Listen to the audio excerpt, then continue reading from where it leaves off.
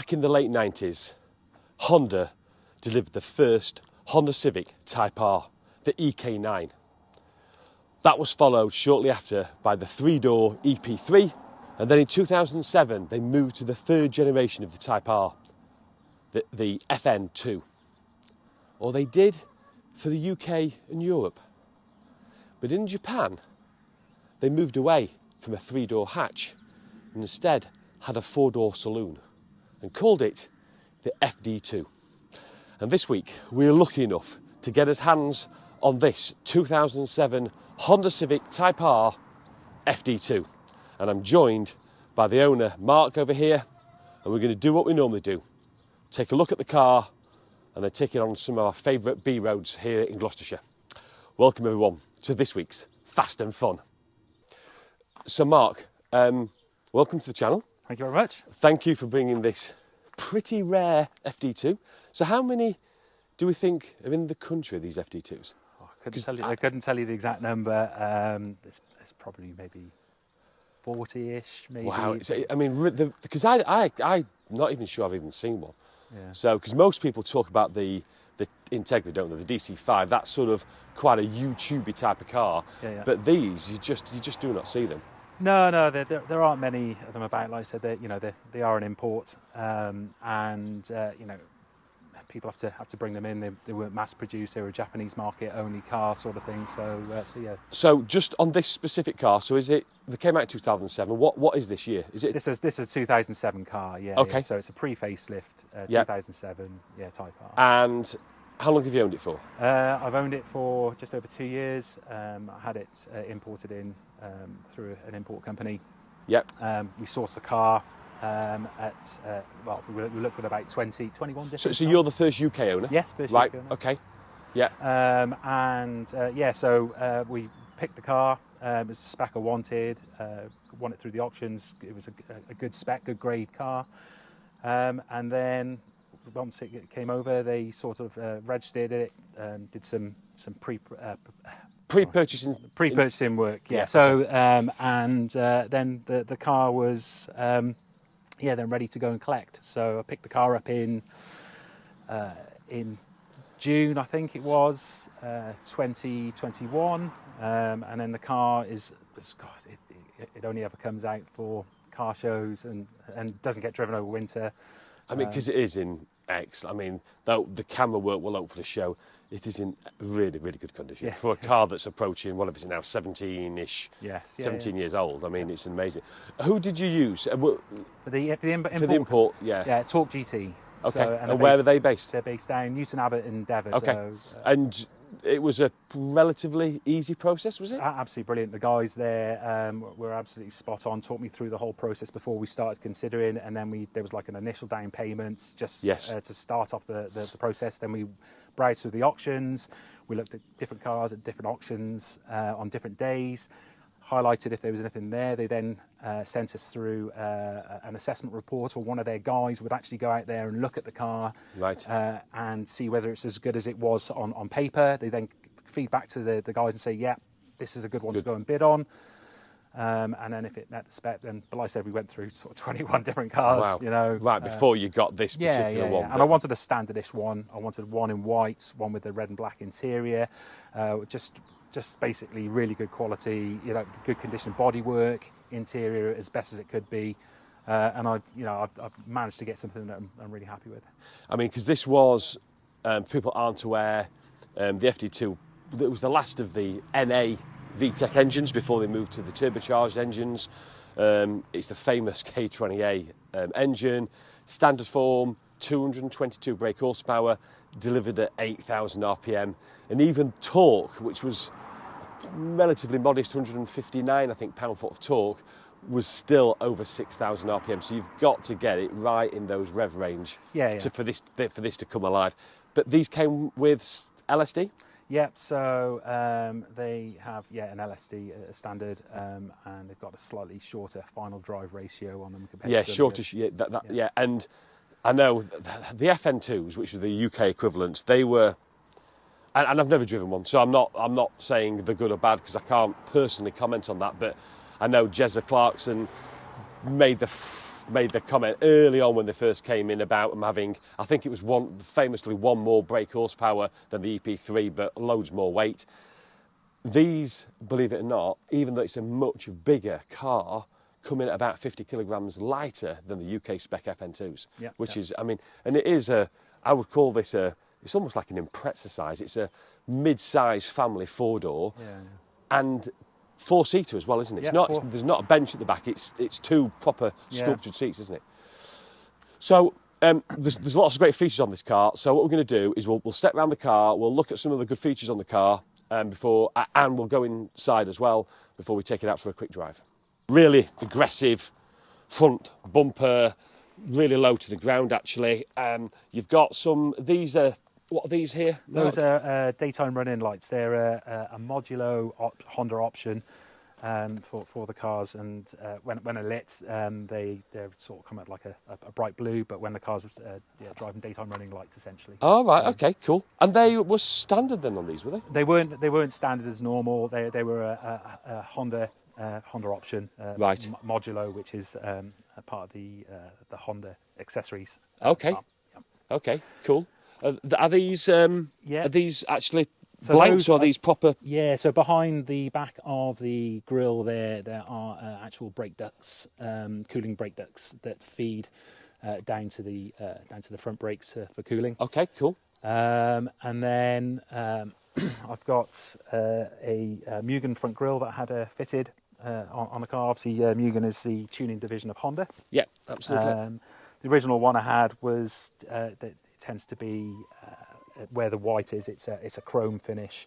Yeah, slightly different, but it's just smooths off the front of the car, I think. Did all FD2s come in white, Japanese racing white then? No, championship white. So so they did championship white is pretty much the Type R, essentially the main colour that's associated with Type Rs. They did do various silvers. They did blacks. They came in a red, blue, midnight purple as well. So okay, so there was a good expanse of. There was a few, but I think the most common one is the white.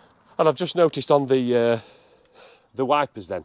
Yes. So these are sort of scissor action, depending, I suppose, if left or right hand drive. Yeah. There's not many cars have that style of wiper either. One thing I have noticed is if you look at the side profile of the car, how sloped back that front windscreen is, and the roof line itself, there's not a flat bit on it. It's almost continuously curving, and again, another really raked back rear windscreen, and a short, stubby boot at the back. In fact, even the bonnet itself is relatively. It is a short bonnet as well. So it's all sort of really curvy, probably for aerodynamics and make it as slippery a shape as possible. Colour-coded white alloys, size? They are they're 18-inch wheels on I believe a 225/40 profile tyre. And then I've had different. I've had Dixel slotted discs fitted. It comes with Brembo brake calipers. The 4-pots as well, aren't they? I think. Yes, the Brembos. That's it. Yeah, 4-pot Brembos. And then I've got some Dixel Type S front brake pads, and I've had HEL braided brake lines all the way through the car as well. Yeah, that's good, and we'll see how they are later. And the car's running on Falcon FK 510 tyres. That's the same tyres that I had on the SL 500 a few years ago as well, actually. So good tyre. The signature Type R there on the lower rear part of the sill. And then if we go around the back, almost the Subaru-esque rear spoiler. And then if we look at the back of the car, you can see this lower rear splitter. Not seen anything like that before. And then the exhaust mark is a Solid Fabrications full 3-inch system. It's a super silent one with an additional muffler in there to make sure that it's not too loud. Right. Okay. Cool. Excellent. Let's take a quick look into in the boot. Let's do it. So, being a 4-door saloon, it comes with a very cavernous and spacious boot. Do the rear seats drop or not? No, they don't on these, unfortunately. Okay. And what's that there? Is that a rear strut brace? Yeah, that's a factory-fitted strut brace. Wow. There are additional bracing points that are all across the car, really. So yeah, and that's one of the ones that you can see. Yes. In the boot. So yeah. And if you look again underneath, this just reminds me of my Impreza. Again, just stripped out, everything's exposed and bare, all in the name of saving weight. And these came in. I need to check actually. Do you know the weight of these? 12.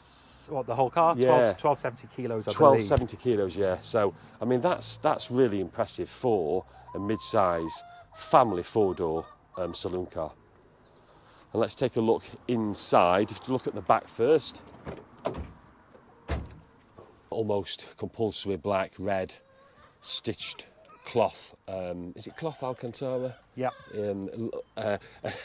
I love the way this has been done, to almost reminiscent of the Japanese flag there, actually. So beautifully bolstered seats, and importantly, two-seated. You can't get a third person in there because of that middle bolster. So it is a four-seater, four-door car. And then in the front, so a couple of standout features there. Well, first of all, we'll look at the front seats. Lovely bucketed Type R seats. Now, I read that this was the first. They moved away from Recaro. That's correct. Was that right for the FD2? But they're just. Yeah, they look very similar to the EP3 that I've been in before. Lovely looking seats. The short 6-speed manual gearbox, the sort of swan neck handbrake lever as well. And then relatively unusual is this tiered dash, really two-stage dash. And we'll talk about that once we get underway and on driving. And it looks like you've got an aftermarket infotainment system installed, Mark, in the middle. Yeah. Excellent. Let's have a look under the bonnet. Oh, and it's a press button start, which was relatively unusual back in 2007 as well. It was, but you also need to engage the key, so you still need to put the key in the ignition before you can operate the push button start. Yeah, so it's not exactly what you were. Yeah. It's not keyless entry, no. Keyless start. Yeah. And this is the almost fabled, iconic K20A engine. It's becoming almost legendary status, that engine. Changes here, I can see some sort of induction kit here, hybrid racing. Did you get that done yourself, Mark? Yeah, I've bought that and fitted that myself. So that's a 3.5-inch cold air intake system that picks air from behind the wheel arch. So that goes down there. Yeah. And is fed from here. From the grill next to the brake desk. Okay, cool. Okay. And with that kit, it also meant that there was a battery relocation. So the battery was originally here; it's now dropped down a little bit lower. I can see the battery. Yeah, tucked away below it. Is this car standard, or has it been mapped at all? It's been mapped. It's had basically a set of cams, injectors fitted in it. And yeah, that you've done? I haven't done it personally myself. I took it to. Yeah, but sorry, you've had it done. I've had it done. Yeah. So basically, any modifications. It was basically just to increase the drivability of the car, just to give it just a little bit more legs. It's not over the top. It's not. Usually aggressive. It just increases the drivability of the car. Give it just a little bit more legs. It's not over the top. It's not. Usually aggressive. It just increases the drivability of the car. And have you had it dynoed or not? I did have it dynoed. You know, the dyno figures, it was, it's making between 260, 270 horsepower. Okay. So that's enough for you to notice the difference, though, from the standard 222, I think. Yeah. And the VTEC's been brought down to 4,000 RPM as well. Oh, right. Okay, so it kicks in a little bit earlier. Yeah. So VTEC's a bit lower, and there's about an extra sort of 15, 20 foot-pound more torque mid-range as well. So again, not very much torque in the engines, but this certainly helps it in drivability. Well, I can't wait. So what we need to do is stop talking about it and let's get in this car and take it for a drive. You'll join us in a few minutes on some great roads.